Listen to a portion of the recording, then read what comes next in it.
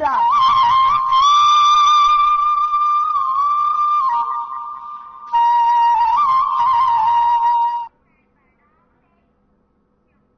नमस्कार, उत्तराखंड की खबरों में आप सभी का बहुत बहुत स्वागत है। मैं हूं आपके साथ अनुष्का सिंह। तो चलिए शुरुआत करते हैं खबरों की।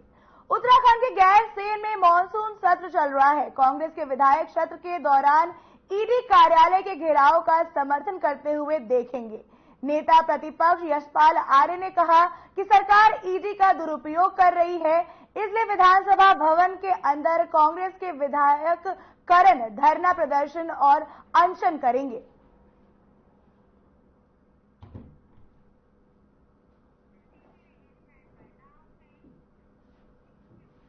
दून में डेंगू ने दस्तक दी है, जिसमें पहला मरीज पॉजिटिव मिला है, जो कि दून मेडिकल कॉलेज अस्पताल में भर्ती है। बता दें कि कैंट विधानसभा के गोविंद के यहां से ये मिला है। दून अस्पताल में चिकनगुनिया का मामला भी सामने आया है।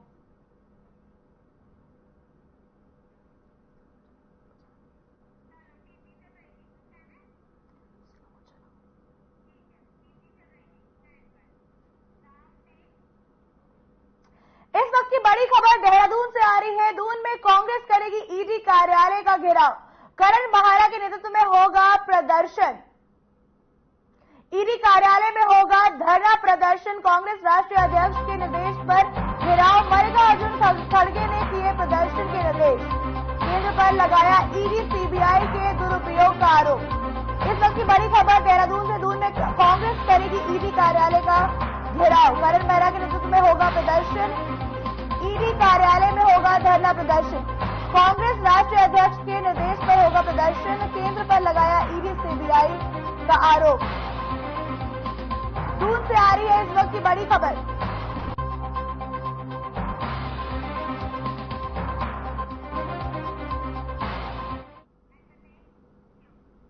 रायपुर भगवानपुर औद्योगिक क्षेत्र में हुए भीषण एटोरी रिसाइकलिंग अग्निकांड में विवाद थमने का नाम नहीं ले रहा है।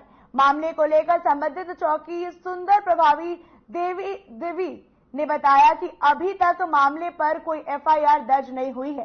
कंपनी के जनरल मैनेजर अब्दुल गफ्फार ने बताया कि वेल्डिंग कर रहे मिस्त्री की लापरवाही से चिंगारी गिरने से आग लगी थी, लेकिन वेल्डिंग मिस्त्री का कहना है कि वेल्डिंग की चिंगारी से आग नहीं लगी।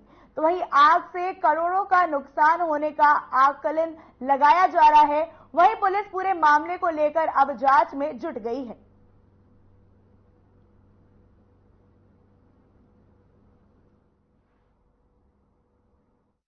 देखिए, अभी जो घटना हुई जिसके बारे में आपने मुझसे पूछा, इसमें क्या होता है, हमारे पास दो कैटेगरी होती है फायर की। जो फायर रिपोर्ट हमारे यहाँ से तैयार की जाती है, उसको हमने दो श्रेणियों में बांटा हुआ है, स्पेशल फायर और नॉन स्पेशल फायर।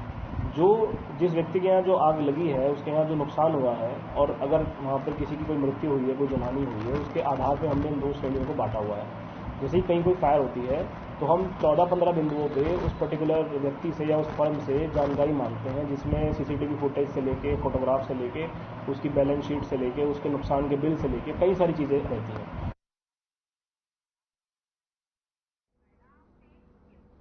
इस वक्त की बड़ी खबर देहरादून से आ रही है। मौसम विभाग ने जारी किया अलर्ट। भारी बारिश को लेकर अलर्ट जारी।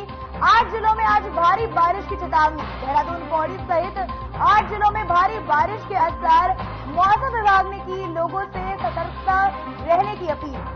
देहरादून पौड़ी सहित 8 जिलों में भारी बारिश के संकेत मौसम विभाग ने दी अलर्ट।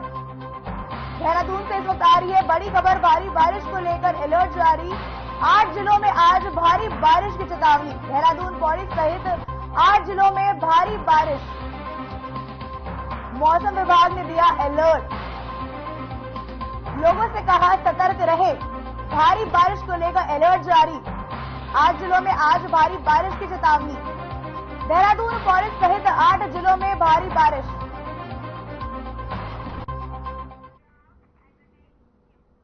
हरिद्वार श्री पंचदश नाम जुना अखाड़े के वरिष्ठतम महामंडलेश्वर महायोगी पायलट बाबा का कल मुंबई के एक अस्पताल में निधन हो गया था, जिससे जुना अखाड़े सहित समस्त संत समाज एवं अखाड़े में शोक की लहर व्याप्त है। जूना अखाड़े के अंतर्राष्ट्रीय संरक्षक श्री महंत हरिगिरी महाराज के निर्देश पर जूना अखाड़े की पूरी प्रदेश में स्थित सभी शाखाओं, आश्रमों और मुख्य पीठों पर शोक सभा एवं शांति पाठ का आयोजन किया जा रहा है। जूना अखाड़े द्वारा 3 दिन का शोक घोषित किया गया है। कभी अध्यात्म में भगवान शंकर की इच्छा से दुर्लभ कोई महाजोगी, महाहिमालय जो स्वयं भगवान शंकर की इच्छा से अपने गणों में उनके अंश का अवतार होता है, प्रभाव होता है, जो राष्ट्र से लेकर चीन का आपको पता है कि वो जो है चीन के युद्ध में भी थे और देश के मतलब जो है 3-3 महीना जल में, हिमालय में जल में समाधि लगाना, भूमि में समाधि लगाना, ध्यान केंद्र में रहना, ऐसे कभी कभी दुर्लभ ऐसे महापुरुषों का धर्म के लिए बहुत बड़ी क्षति है और हमारे गुरु भाइयों के लिए और शिष्यों के लिए भी बहुत बड़ी क्षति है। हम लोगों के बड़े मार्गदर्शक थे, हमारे वट वृक्ष थे और कहीं भी हम लोग रहते थे तो हमेशा ध्यान रहता था, बल रहता था। गुरुदेव है, सभी कार्यों में गुरुदेव का आशीर्वाद हमेशा मिलता था कि पूर्ण हो जाएगा संकल्पों में। तो ये इतनी बड़ी क्षति है, इसको पूर्ति करना बड़ा कठिन काम है। गुरुदेव का तो बड़ा योगदान रहा है सनातन धर्म के लिए और राष्ट्र के लिए। जब हमारे गुरुदेव सेना में थे तो राष्ट्र के लिए लड़ते थे, 3-3 बार उन्होंने लड़ाई लड़ा और भारत को जीत दिलाया। और जब वो संन्यास लिए और वैराग्य की अवस्था में ऊंच ऊंचाइयों पर हमारे गुरुदेव पहुंचे।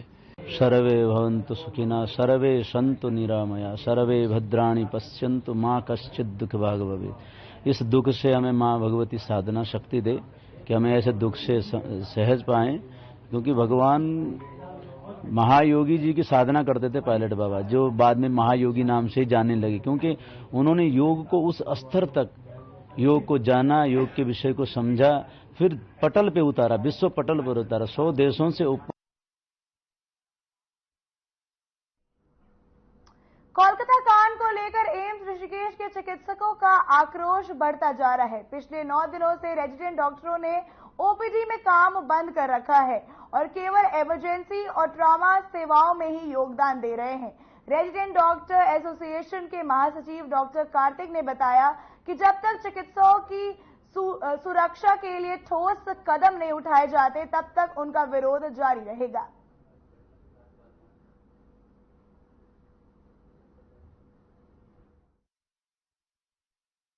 हम लोग सारे रेजिडेंट डॉक्टर्स एम्स ऋषिकेश के ये हम स्ट्राइक कर रहे हैं यहाँ पे अपना सीपीए डिमांड के लिए, जो हमारा प्रोटेक्शन एक्ट है। लेकिन हम अपना स्ट्राइक करते हुए सबके लिए खूनदान कर रहे हैं। जो यहाँ मरीज भर्ती है कि हम अपनी ड्यूटी से नहीं भाग रहे हैं, हम सबका मदद करने के लिए हम चाह रहे हैं कि हमारा ब्लड हमारे मरीजों को जाए ताकि, और हम इमरजेंसी सर्विसेज भी रख रहे हैं और हमने कल 40 डोनेशन कराई हैं और आज भी हमारी 40 डोनेशन हो चुके हैं। हमारी जो मांग है, डॉक्टर जो हड़ताल पे बैठे हैं, सिर्फ एम्स ऋषिकेश की बात नहीं, पूरे इंडिया में हम हड़ताल पे सिर्फ इसलिए हमारे बैठने का उद्देश्य है कि जो अस्पताल है, अस्पताल में जो सिक्योरिटी है डॉक्टर्स के लिए, कि अगर कोई भी बंदा है, किसी के साथ कोई हादसा हो जाता है तो अस्पताल में जो डॉक्टर है, यहाँ की सुविधा है, यहाँ के उपकरण है, उनको नुकसान पहुंचाने की कोशिश करता है। जी, हमारा प्रदर्शन जैसा कि आप देख रहे हैं पिछले हफ्ते से चल रहा है, जब से हमारी महिला चिकित्सक का आरजीकर मेडिकल कॉलेज में जो उनके साथ दुर्घटना हुई है, जो उनके साथ घटना हुई है, उस वक्त के बाद से ही हमारी सॉलिडारिटी आरजीकर मेडिकल कॉलेज के सारे छात्र छात्राओं के साथ है और ये पूरे भारत में चल रहा है, सिर्फ एक इंस्टीट्यूट में नहीं। हम सब सॉलिडारिटी में उस महिला चिकित्सक के साथ खड़े हैं जो भी घटना उनके साथ हुई है। और हमारे अभी भी हड़ताल पे होने की वजह यही है कि हम चाहते हैं कि राष्ट्र प्रशासन हमारी मांगे सुने और सेंट्रल हेल्थ प्रोटेक्शन एक्ट के लिए हमें एक लिखित में आश्वासन दिया जाए।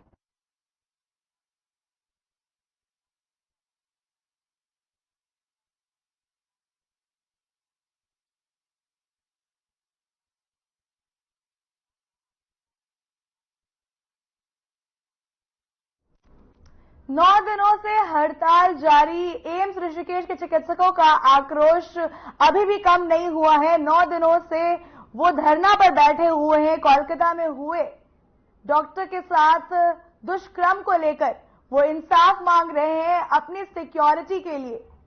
9 दिनों से हड़ताल उनका जारी है। आप देख सकते तस्वीरों में किस तरीके से वो प्रदर्शन कर रहे हैं बैठकर। कोलकाता कांड को लेकर रोष उनमें अभी भी जारी है। 9 दिनों से डॉक्टर हड़ताल कर रहे हैं एम्स ऋषिकेश।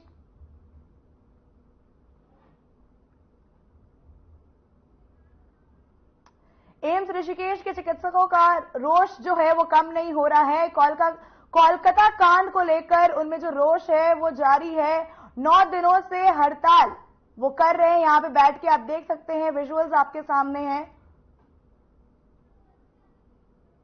महिला डॉक्टर के साथ दुष्कर्म को लेकर वो अपनी हड़ताल जारी कर रहे हैं और प्रशासन से अपनी सेफ्टी को लेकर मांग कर रहे हैं।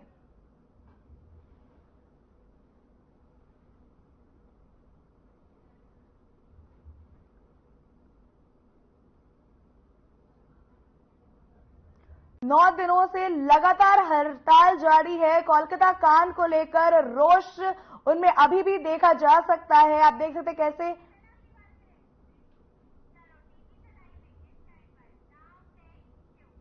विधानसभा भंडारी क्षेत्र का दूसरा दिन गैरसैंण के भंडारी क्षेत्र में आयोजित क्षेत्र में पेश किया गया अनुपूरक बजट। कई मुद्दों पर की गई चर्चा।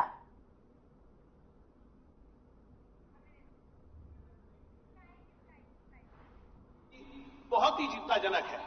मैं आपके सामने कुछ उल्लेख करना चाहूंगा कि मेरे अल्मोड़ा के अंतर्गत जो प्राथमिक विद्यालय हैं जिले जनपद अल्मोड़ा में, कुल प्राथमिक विद्यालय 1250 है और उनमें अगर देखेंगे तो अभी लगभग 330 एकल अध्यापक के सहारे प्राथमिक विद्यालय चल रहे हैं। यह बड़ा गंभीर विषय है। 1250 कुल प्राथमिक विद्यालय और उसमें एकल विद्यालय के 330 चल रहा है, तो आप इससे खुद अंदाजा लगा सकते हैं तो किस तरह से मानव के अनुसार शिक्षकों की पूर्ति न होने के कारण कैसे वहां पर पठन व्यवस्था सुचारू हो रही होगी। और इसी तरीके से 41 ऐसे हैं जो शिक्षक विहीन विद्यालय हैं जहां पर कोई भी शिक्षक नियमित नहीं है, वो सिर्फ व्यवस्थाओं में चल रहे हैं, कहीं ना कहीं से समायोजित करके चल रहे हैं। ये बड़ा दुर्भाग्य है। और हम कहते हैं कि इन बच्चों को इनकी जो प्रारंभिक शिक्षा है उसको मजबूत करेंगे, इनकी आधारशिला को मजबूत करेंगे। बड़ा गंभीर विषय है माननीय अध्यक्ष जी कि ये प्राथमिक विद्यालय की स्थिति बता रहा हूं, ये प्राथमिक विद्यालय की स्थिति है। और इसी तरीके से अल्मोड़ा जनपद के इंटर कॉलेज विद्यालयों की जो संख्या है राजकीय इंटर कॉलेज की 19 है और उनमें प्रवक्ता संवर्ग के कुल स्वीकृत पद 188 है, उसके सापेक्ष 127 प्रवक्ता के कार्यरत है।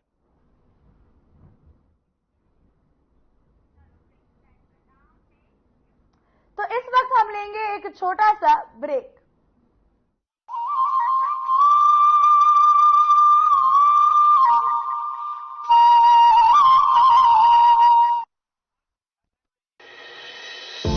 केंद्र सरकार की पीएम सूर्य घर मुफ्त बिजली योजना का उत्तराखंड सरकार कर रही है सफल संचालन।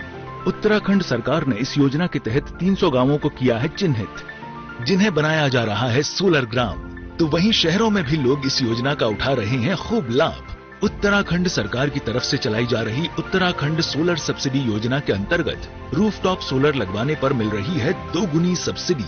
स्वच्छ एवं नवीकरणीय ऊर्जा की दिशा में सरकार का ये ऐतिहासिक कदम आम लोगों को आ रहा है खूब पसंद।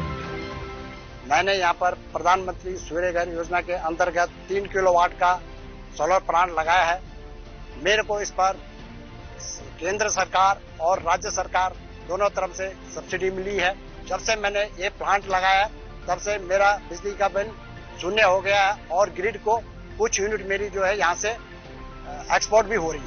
सरकार द्वारा इस योजना के तहत 1 किलोवाट क्षमता वाले सिस्टम के लिए लागत का 50% और 2 किलोवाट के लिए 65% तथा 3 किलोवाट के लिए केंद्र से 85,800 और राज्य सरकार से 51,000 रुपए की दी जा रही है सब्सिडी। अगर आप भी बिजली का बिल जीरो करना चाहते हैं तो pmsuryaghar.gov.in पर कर सकते हैं ऑनलाइन आवेदन। इस योजना की खासियत ये है कि उपभोक्ता अपने घर की छत पर ही सोलर पैनल सिस्टम स्थापित करके बिजली उत्पन्न कर सकते हैं। अगर उत्पन्न बिजली घरेलू खपत से अधिक है तो उसे सरकार द्वारा निर्धारित दर पर खरीदा जाएगा। उत्तराखंड सरकार का अगले 3 वर्षों में सौर ऊर्जा प्लांटों के जरिए 2500 मेगावाट बिजली उत्पन्न करने का है लक्ष्य। सौर ऊर्जा से देश भर में 1 करोड़ घरों को 300 यूनिट मुफ्त बिजली मिलेगी। आत्मनिर्भर भारत के संकल्प को पूरा करता उत्तराखंड। ऊर्जा प्रदेश की राह में तेजी से आगे बढ़ रहा है उत्तराखंड।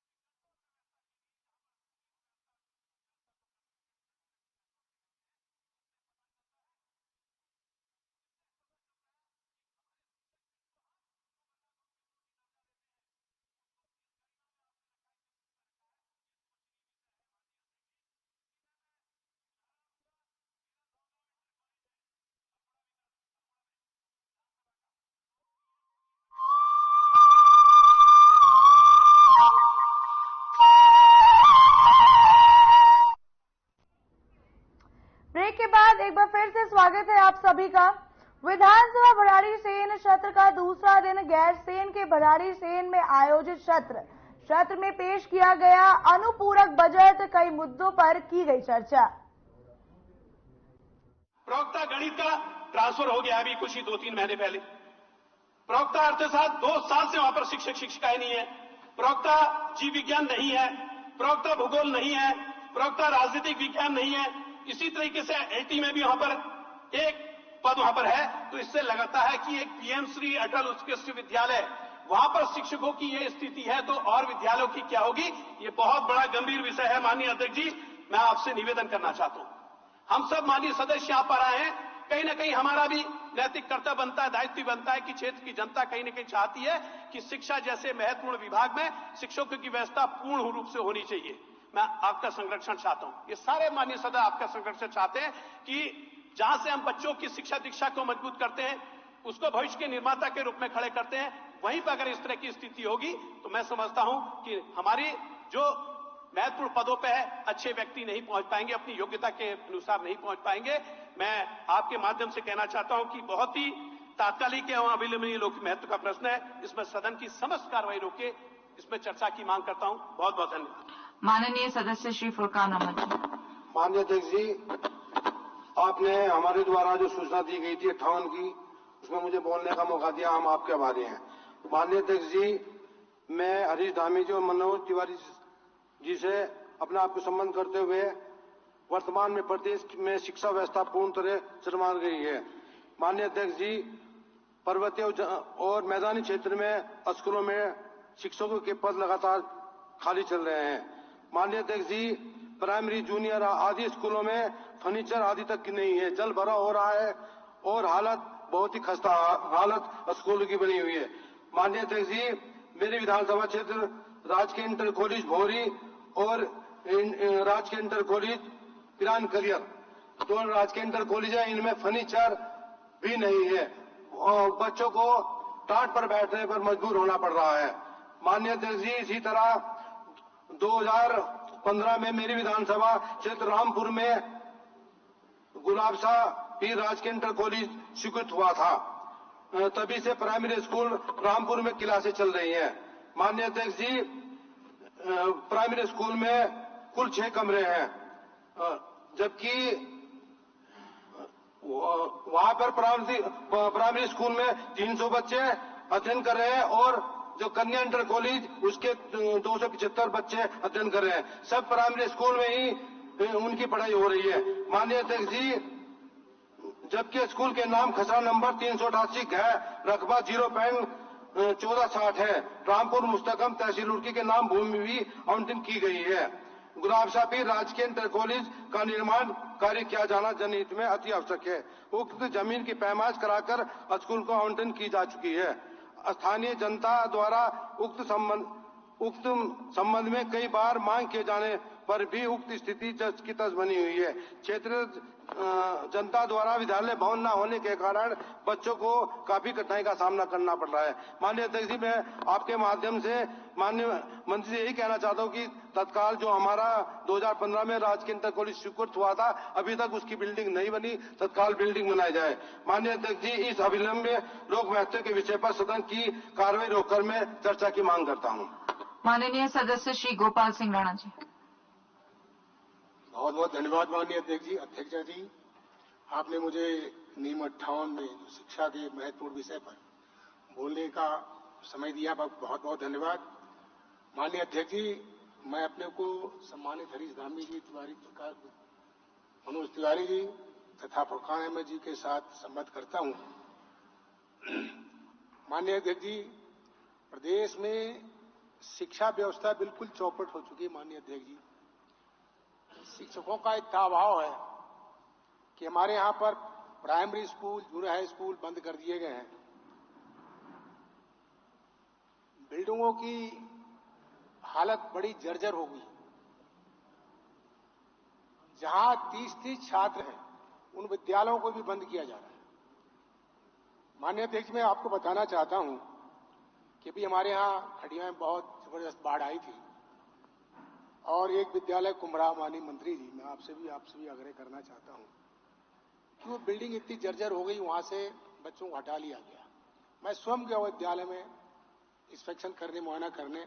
मैंने आश्वासन दिया कि आप बच्चों के मत हटाइए।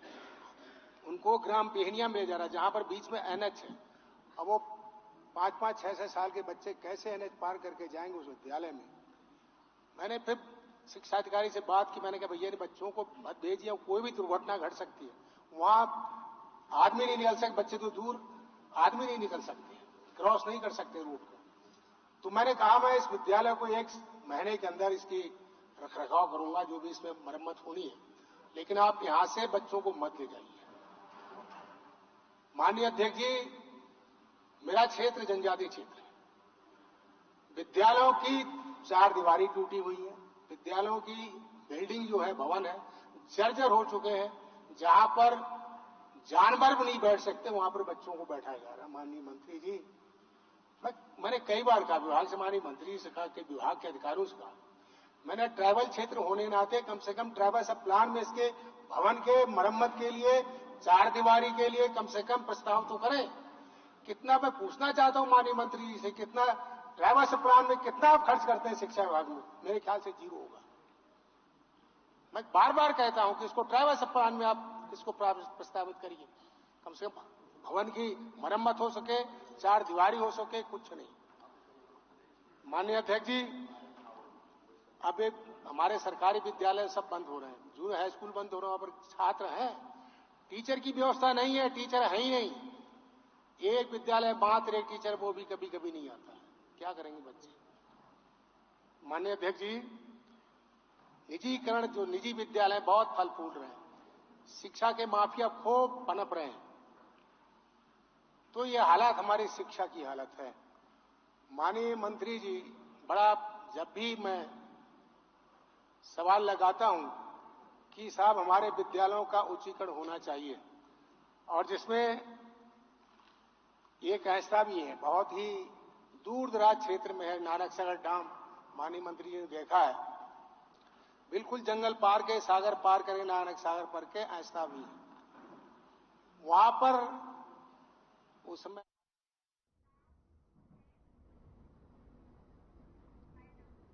इस बुलेटिन में फिलहाल इतना ही। नमस्कार।